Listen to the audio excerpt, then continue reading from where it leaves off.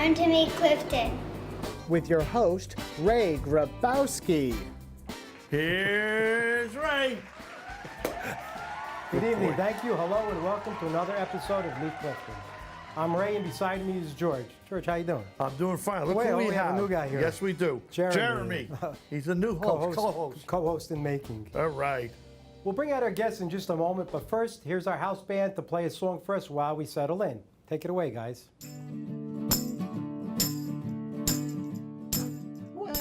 Ray's guests for tonight's Meet Clifton are Center Director at C2 Education of Clifton, Ashley Steele. Local Attorney, William Hurlock. And Portfolio Manager, Gerard Scorziello. And more music by the Two-Tones. All this and much more on Meet Clifton.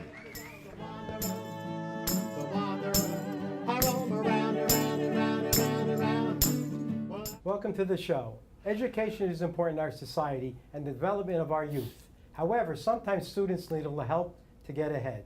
Here now to explain what her organization can do for our students. Here's Center Director at C2 Education, Ashley Steele. Welcome. Thanks so much for coming.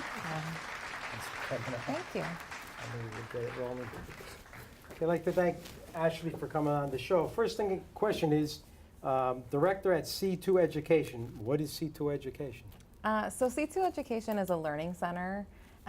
We offer K-12 subject tutoring and test prep. And then as a director, what I do is I offer college counseling and academic counseling. Okay, so more or less this is a tutoring center? Yeah.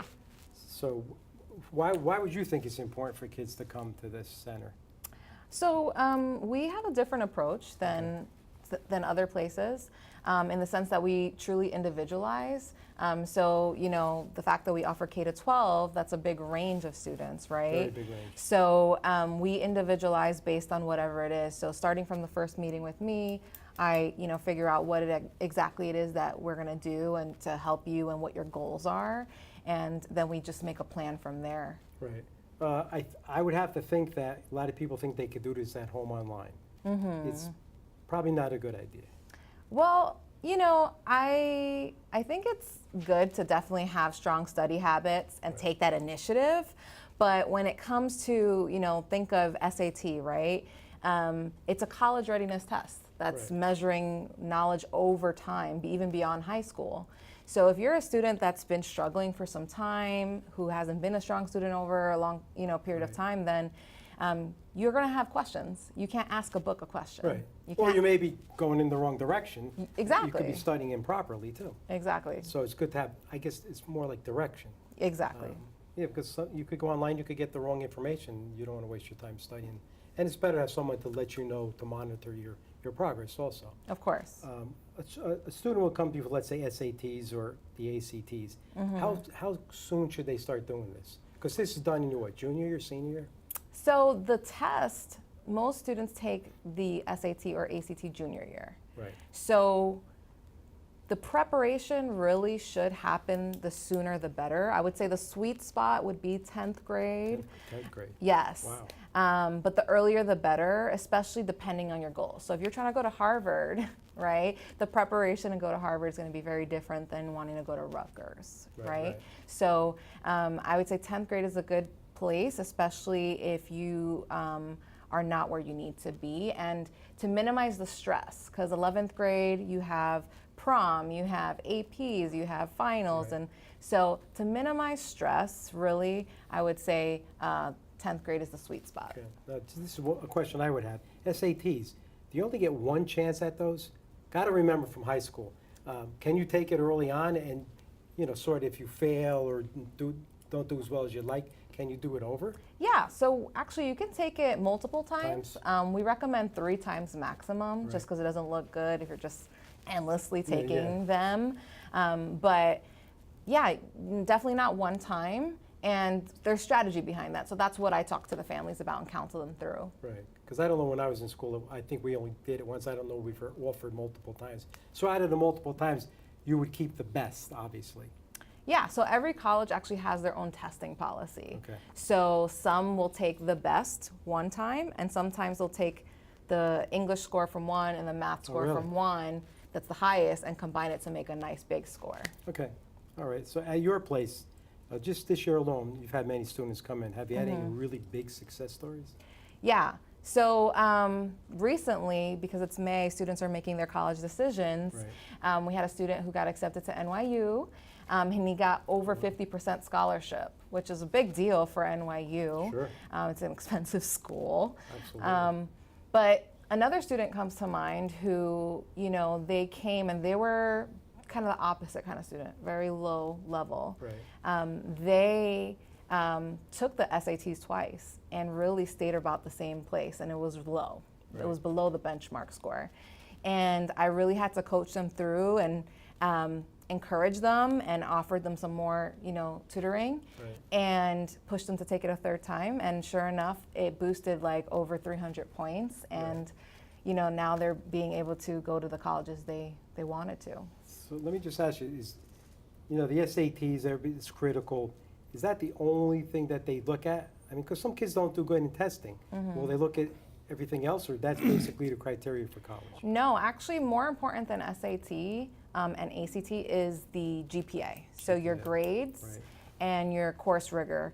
So taking an honors class, taking an AP class, making sure you're not taking a bunch of electives senior year. Those are all things that are more important. And then second would come test score on SAT and ACT. Because a lot of people think that's, you know, the answer to everything. Your center, are there any free services available? Yeah, so at our center specifically, we have like bi-monthly practice test events. Okay. So we offer, and we reach out to local high schools and everything, that they can come and send their students to come take a practice test. Right. So they can track their progress and they can just get a feel for the test.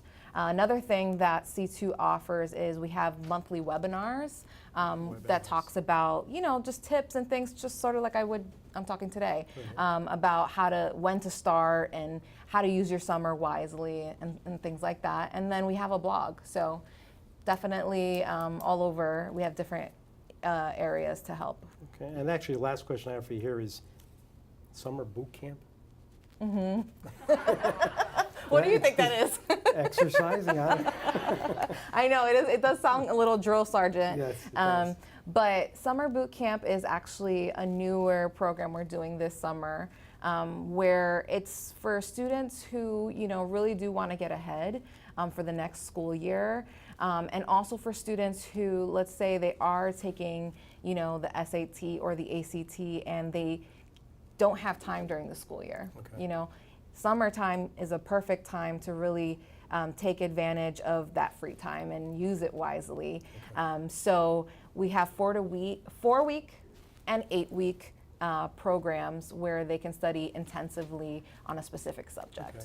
So education, very important. These tests obviously hold a lot of weight if your children want to go to school. Sometimes you need a little tutoring, a little help, and this is Ashley's specialty. We'd like to thank her for coming on, and hopefully we can get more kids educated. All right, Thank thank you. you. Thank you.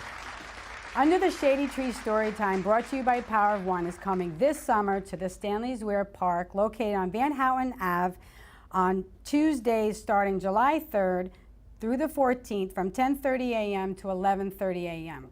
The program will help promote children literacy by reading to the children in the park. The program is free of charge and is for children ages 3 to 8 and their caregivers. We're encouraging everyone to bring a blanket or a towel to sit while we read to the children. And for more information about the event, you can go to the website at www.powerofonecom.org or contact me, Kim Castellano, at 201-328-2326. Looking forward to seeing everyone at the park this summer. Welcome back. Healthcare is a topic that confuses many people, especially when it comes to the legal aspects of our health. Here to give us a better understanding of healthcare law is William Hurlock, Esquire. Please welcome him to the show. Thank you so much, George. Yeah, good to see you. Good to see you too. Thank Councilor Hurlock for coming on, because there's a lot of misconceptions in the healthcare world. First one is, why is healthcare so expensive? Well, I appreciate you having me on, Ray. Thank you Oh, very that's much okay. to talk about this important topic. It's an excellent question. A lot of it, quite frankly, has to do with the waste, fraud, and abuse that's associated with healthcare expenses. It can range anywhere from 3 to 10%, depending on which reports you look at. I know the FBI's most recent financial crimes data report says that it's about 3 to 10% of the overall healthcare economy. That's a lot. It is. So and that's also contingent on why the healthcare costs go up so much every year, right? It's very much associated with that as well, and it's a real problem. You'd see it in all segments of the economy, whether it's the private sector, the public sector, because there are so many components that are related, it is a big problem. And you see it actually on a yearly basis now. For some reason, we're in this new pattern where just because it's January 1st, we're going to get an increase. And I'm sure you probably see it in your positions as well as I do in the private sector, where, okay, that Band-Aid that costs $2.50 on December 31st, now just because it's January 1st, now costs $3, which makes absolutely no sense. No, but I'm just wondering, because I think you call it improper conduct, but I think I would call it scams. Sure. Yes. And how does this happen, and how do we fix this, you know? It's an excellent question, and it's something that we all need to work on together. Okay. It's almost like what we have going on a national security issue. When if you see something, say something. Right, exactly. It's very important as well for healthcare because it affects all segments of the economy, and there are a lot of different schemes, scams that go on that I've seen over the years in my practice as well. And I'm just thinking that's on the patient side as well as the doctor side and insurance companies. I mean, it runs the gambit, exactly. You know, I don't want to point any fingers, but you know, our healthcare costs are up, and it shouldn't be that much. You know, so I'm looking here. What does the average citizen do if he discovers healthcare fraud? Can we blow a whistle here? Absolutely, it's very true. Actually, you can blow the whistle, and we encourage people to come forward because that's the only way it's going to get fixed. Right. There are laws in place, what we call False Claims Act laws. Right. New Jersey has one that was enacted back in 2008, and the federal government has a law that was enacted back in 1863 during the Civil War when the Union Army was buying products and supplies that were shoddy. And it basically allows an individual to come forward if they have information about government expenditures. You often see it with Medicare, Medicaid, TRICARE, which is the military component, and the Federal Employees Health Benefit Program, that individuals can come forward, report this to either HHS, Health and Human Services. They have a hotline. The Center for Medicare and Medicaid Services has a hotline. The state of New Jersey has a Medicaid hotline as well to come forward and report bad conduct. Because I think maybe somebody's just fraudulent reporting, or I call it stacking the cards. Maybe someone's sending in bills that were never occurred. I don't know. It runs the gambit. On the healthcare side, what we call the doctor, the hospital, those types of things, you can see such things as what we call billing for. Well, there's billing for services not rendered. That's what, people go to the hospital and they say, I didn't even see this doctor, or $100 for an aspirin. Exactly. And that's and then we have something called upcoding. So you came in to me, and you're supposed to be coming for your yearly physical, and I write down that you actually came to see me about something more advanced. Right. The code is what we call upcoding, so when it gets reimbursed, it's at a higher amount, and we see that sometimes. Then on the pharmacy side, you can see things such as what we call shorting, which is where if you're on a statin long term, you're going to be on it the rest of your life, you do a 90 pill count for 3 months, and I only give you 85 pills. You're not going to sit there and count those out. Exactly. Now, 5 pills doesn't sound like a lot, but over on the lifetime of that script, that adds up very quickly. Right. On the average, how much fraud is caught a It's year? a very, unfortunately, it's a very, very small part of the overall fraud that occurs. And then more importantly, the second step is oftentimes, even if you report it to the government, they don't always what we call intervene in a case and take it over and prosecute. So it's a two-step process. A lot of it's not reported, and then those that have been reported are not necessarily followed through with a prosecution. So it's a slow process. It's extremely slow. So that's exactly and right. probably lastly, what are the other areas of healthcare law that the people should be aware of? there's two segments that a lot of people ask about. One has to do with the living will, if you will. What is your directive going forward if you know if someone tends to become ill? That's a document that a lot of people should have. We recommend that. And then the other area about it is a durable power of attorney. So if, God forbid, you're incapacitated and you can't make those decisions, you have a proxy who's able to make those for you going forward. Right, because those are all important. We could probably talk about this for a long time, but this is just a little bit, and people should be aware of these things in the scams, and Yes. hopefully you could come back on and we could elaborate a little more on this. I'd be happy to But anytime. thank you, thanks for coming up. Thank you. I appreciate your time. Don't go anywhere. When we return, we'll be joined by financial expert Gerard Scorziello. Hi, Clifton. Welcome to the updates. Well, we're having the weekend coming up, and it's a holiday weekend for Memorial Day. So I would love if everybody could come out and support any of the lodges or the veterans posts that are in your neighborhood, and please go to the ceremonies that they have there in honor of our veterans. They've done so much for us to keep us safe at home, so please come out and support them. Then Botany Village will be having their outdoor concerts. That will be held at the Green, Sullivan Square, and that's early June, so it's normally Friday and Saturday nights. So please come out and support them. That's all through June, July, and August. And the Assumption of the Holy Virgin Mary Church on Huron Ave will be having their annual rummage sale, and that is June 8th and 9th. It's a great annual sale, lots of things to buy, good prices, so come on out and please support them as well. Hi, everyone. For 28 years, the Challenger League has been a fixture in Clifton that no one knows about. Mike Sr. and Mickey Sokol Jr. are special individuals who have coached the special needs baseball team named the Clifton Wildcats. These terrific kids are in wheelchairs and they love to play the game. However, they need people to come out and cheer them on because they love an audience.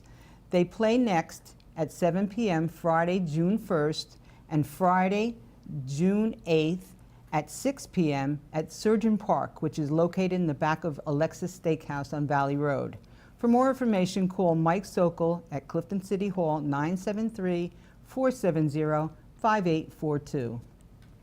Hi everyone. The Clifton Health Department will be having their next and last rabies clinic for dogs and cats for the spring. It'll be held at Clifton Fire Station number 5, located at 51 Brighton Road. This will be on Wednesday, May 30th. For cats, the cost is $5 from 6 p.m. to 7 p.m. And dogs, the vaccinations for dogs are free from 7 p.m. to 8 p.m. And dog licenses will be available for Clifton residents. You can call if you have any questions at 973-470-5760. And last but not least, please join us for the dedication of the Clifton Veterans Avenue of Flag Barn. It's in honor of Mr. John E. Beagle Jr. We will be having the burning of old retired flags with a barbecue immediately following the ceremony. It'll be held on Sunday, June 10th at 1 p.m. At Clifton City Hall. The flag barn is Barn B5, and you must RSVP by Sunday, June 3rd. You can call Marie at 973-563-3249, Keith 201-774-6666, and you can also RSVP to Joe and Bill as well. Thank you. Happy Memorial Day. Thanks again for joining us on Meet Clifton. You know, the economy is a constantly changing entity that affects all of us by creating jobs and allowing us to purchase what we want or need. Here to update us on the ever-changing market is Gerard Scorziello. Thanks for coming in. Hi, George. Hey, thanks for having me, Ray. That's okay, anytime. Okay, George Scorziello is an Associate Vice President of Investments and Fundamental Choice Portfolio Manager. I'm not too sure what that means, but I'll go right to my first question because I have it written out. The economy continues to grow. Unemployment continues to fail. The stock market has been up 9 consecutive years. Where do we go from here?